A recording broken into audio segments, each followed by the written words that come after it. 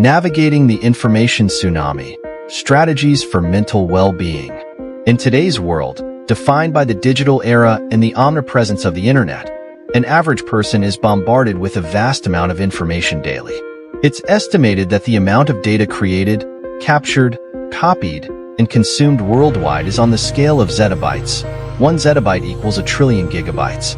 Thanks to smartphones, social media, television, radio, emails, and a myriad of other digital and print sources, the amount of information available at any given moment is practically boundless. This relentless exposure means that, in a single day, the average person today might encounter more information than a king in ancient times would throughout their entire life. This encompasses news from around the globe, scientific and cultural updates, advertisements, interpersonal communication, and much more. The ability to access and share information instantly from virtually anywhere on the planet is something unprecedented in human history. Contrasted with the present reality, for millennia, people received information in a far more limited manner. The primary sources of information were face-to-face oral communication, supplemented by handwritten documents, which were much less accessible and took significantly longer to produce and distribute. The speed at which news spread was limited to the pace of a messenger on foot, horseback, or by ship. This juxtaposition not only underscores the incredible surge in information availability, but also the implications for both society and the individual.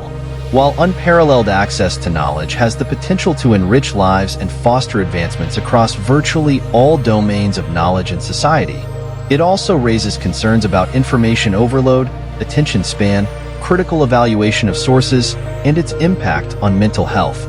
Despite its immense capacity and adaptability, the human mind struggles to process such a large volume of information, which has directly impacted our mental and spiritual well-being.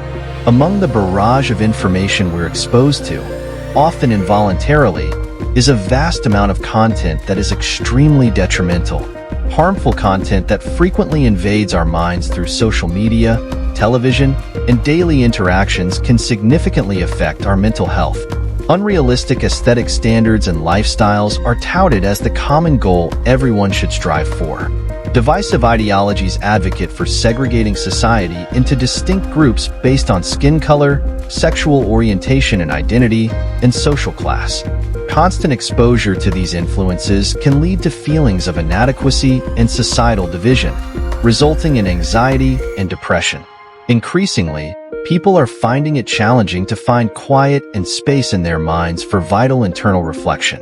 One strategy to mitigate information overload is to limit exposure to its sources. Putting the phone in airplane mode, turning off the TV, being selective about what to read, whom to talk to, and about what can help.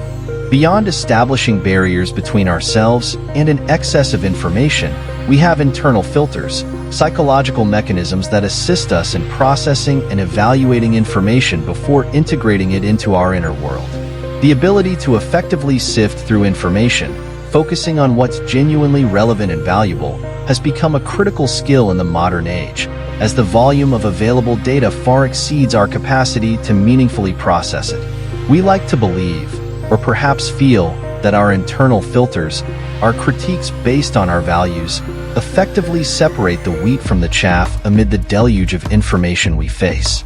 However, the reality is that our filters, though crucial, are not infallible.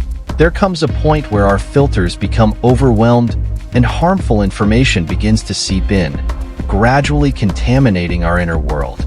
Acknowledging the imperfection of these internal filters is crucial. They can lead us to overlook or distort valuable information. Therefore, vigilance and care in what we allow through these filters are essential. We must limit our exposure to content that promotes unrealistic aesthetic standards, divisive ideologies, and an excess of stimuli that prevent the necessary quiet for serene reflection. Developing self-awareness about how certain content affects us is the first step. Practicing discipline, setting boundaries on our media consumption, and cultivating an environment that fosters well-being are essential subsequent steps. This means disconnecting from devices, choosing programs and conversations that enrich our soul, and seeking knowledge that inspires and educates. Limiting what we allow ourselves to see and hear is not an act of ignorance but a recognition of our vulnerability and a commitment to fostering a healthy inner space. By consciously choosing what we consume, we're not only protecting ourselves but also creating an inner sanctuary of peace, wisdom, and understanding. Guarding the gates of our mind is not just about self-protection. It's about building a fortress that enables us to face the challenges of the external world with balance, clarity, and strength. This is an act of self-love and respect. May we choose wisely, with love and awareness, creating an inner space that reflects our highest values and aspirations. May we, every day, plant in the garden of our mind only what we wish to see bloom in our lives.